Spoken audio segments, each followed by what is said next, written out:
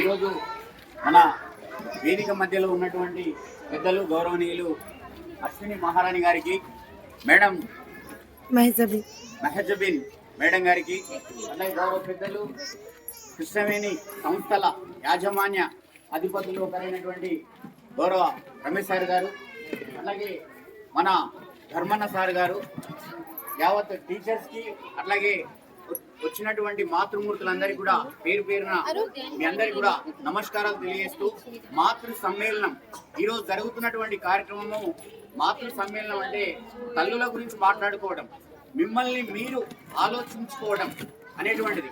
ఇందాక మనం చూసినాం, ఇక్కడ ఒక స్కిట్ జరిగింది. ఆ స్కిట్ లో ఇంతేనేమో ఇంతేనేమో ఇంతవరకేనేమో ఆడపిల్ల కథ, అంతేనేమో అంతేనేమో ఆడపిల్ల నా కథ. కానీ నేనేమంటున్నంటే ఎంతేనేమో ఎంతేనేమో ఎంతవరకైనానేమో ఆడపిల్ల కథ కావాలని నేను అంటున్నా. ఆకాశంలో ఆడమగ సగం అని అంటున్నా నేను. కాబట్టి ఆడపిల్ల మగపిల్ల అనేది ఉండదు, దెర్ ఆల్ ఈక్వల్.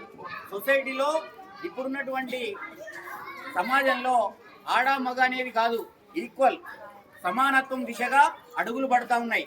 కాబట్టి యాజ్ ఏ పేరెంట్గా మరి మనం ఏం చేస్తూ ఉన్నాం, మనం ఎలా ఉండాలి అంటే, మీరు వారంలో అందరికీ దాదాపు ఇష్టమైన వారం ఆదివారం, ఎందుకంటే పని దినం ఉండదు, సెలవు ఉంటుంది. మరి ఆదివారం మీరు బ్యాగ్ చెక్ చేస్తున్నారా మీ పిల్లవాడిది?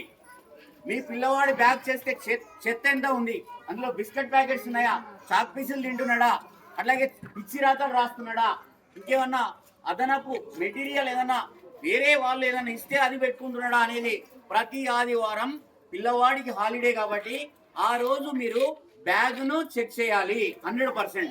అందులో ఉన్న ఏమన్నా మీకు అనిపించింది ఏదన్నా ఉంటే చెప్పాలి, క్లారిఫై చేయాలి. అట్లాగే శుద్ధి లేనిదే బుద్ధి రాదు, బుద్ధి ఉంటేనే లక్ష్మి కావచ్చు, సరస్వతి కావచ్చు, ఇంకేదైనా కావచ్చు, సావిత్రిబాయి పూలే కావచ్చు, ఏదైనా కావచ్చు, మనకు ఆ జ్ఞాన వారసత్వం వస్తుంది. మరి అట్లా రావాలంటే మనము శుద్ధి బుద్ధి అని అంటే మన ఇంట్లో మూలలు ఉంటాయి, ప్రతి గది మూల మలుపున అక్కడ మన చెత్త అక్కడనే వేస్తారు, తడి వేస్తారు. ఆ తడి వల్ల బ్యాక్టీరియా ఫామ్ అవుతుంది. పిల్లలు, చిన్న పిల్లలు పూజిస్తే దేవుళ్ళు, ప్రేమిస్తే పిల్లలు, ఆ పిల్లలు మూలల దగ్గరికే ఉరుకుతూ ఉంటారు, పాకుతూ ఉంటారు, మూలల్ని పట్టుకుంటూ ఉంటారు. బట్ అక్కడ తడి ఉండకుండా చూడండి, చెత్త ఉండకుండా చూడండి. ఆ చెత్త వల్ల, తడి వల్ల ఫంగస్, వైరస్, బ్యాక్టీరియా ఫామ్ అయ్యి వాళ్లకు అనారోగ్యానికి గురయ్యే అవకాశం ఉంటుంది. అట్లాగే సూర్యరశ్మి, ఎండ అనేది మీ ఇంట్లో పడేటట్టు చూడండి. తలుపులు క్లోజ్డ్ గా పెట్టుకోవడం, కిటికీలు క్లోజ్డ్ గా పెట్టుకోవడం, నీడ ఉండేటట్టుగా ఉంటే ట్యూబర్క్లోస్, టీబీ రోగాలు వస్తాయి, ఛాతీ అనేది లోనికి పోతుంది, దగ్గు స్టార్ట్ అవుతుంది. కాబట్టి పిల్లలు ఇమ్యూనిటీ పవర్ తక్కువ ఉంటుంది, పెరిగే పిల్లలు కాబట్టి గాలి, కాంతి ఇంట్లో అవుట్లో లోనికి ఆక్సిజన్ రావాలి, ఆ లోన ఉన్న కార్బన్ డైఆక్సైడ్ విషవాయువు బయటకు వెళ్ళాలి. కాబట్టి మీ ఇంట్లో ఆ సూర్యరశ్మి బాగా పడేటట్టుగా చూసుకోండి. దానివల్ల చాలా మంచిది, ఇంటికి కూడా చాలా మంచిదని మీకు తెలియజేస్తా ఉన్నా.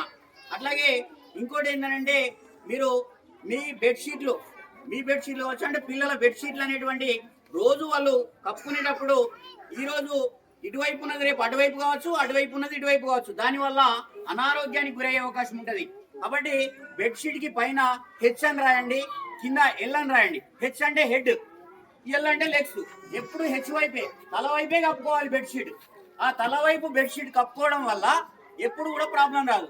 లేదా అవి అవగాహన లేకుండా ఏమవుతుంది, తలది అంటే మనకి అంటే వ్యతిరేకంగా అయింది అనుకోండి, కింది మీద మీది కింద ఆ డస్ట్ ఫామ్ అయ్యి, లెగ్స్ ఉన్న డస్ట్ ఫామ్ అయ్యి కూడా మనకు నోస్ లోకి వెళ్ళి అనారోగ్యానికి గురే అవకాశం ఉంటుంది. కాబట్టి యాజ్ ఎ తల్లిగా, ఒక మదర్ కిడ్ గా మీరు మీ పిల్లవాళ్ళకి కావచ్చు, మనం కావచ్చు, ఆరోగ్యంగా ఉండాలంటే ఆ బెడ్షీట్ల కాడ నుంచి జాగ్రత్త తీసుకోవాలి. ఎందుకు, కరోనా టైం నుంచి అనేక రోగాలు వస్తున్నాయి. చైనాలో ఇంకో కొత్త వేరియంట్ స్టార్ట్ అయింది కాబట్టి అది స్ప్రెడ్ అవుతా ఉన్నది. కాబట్టి ప్రతి దానిలో మనం జాగ్రత్తలు తీసుకోవాలి. అలా తీసుకోకపోవడం వల్ల నష్టం జరుగుతుంది. ఇంకో విషయం ఏంటంటే, మీరు బర్త్డేలు చేస్తూ ఉంటారు. బర్త్డే చేస్తూ ఉంటే పిల్లవాడు బాగా అలంకరించి మీరు అక్కడ కూర్చోబెడితే అనేక రకాల మంది వచ్చేసి ఆ బాబును ముద్దాడడం కానీ, అట్లాగే ఎత్తుకోవడం కానీ, దగ్గర తీసుకోవడం జరుగుతుంది. అందులో కొందరు గుట్కాలు రావచ్చు, కొందరు డ్రింక్ చేసి రావచ్చు, కొందరు ఆరోగ్యం బాగాలేక రావచ్చు. అలాంటి వాళ్ళు ఎత్తుకున్నప్పుడు ఆయన సిక్ అయిపోతాడు, అనారోగ్యానికి గురవుతాడు.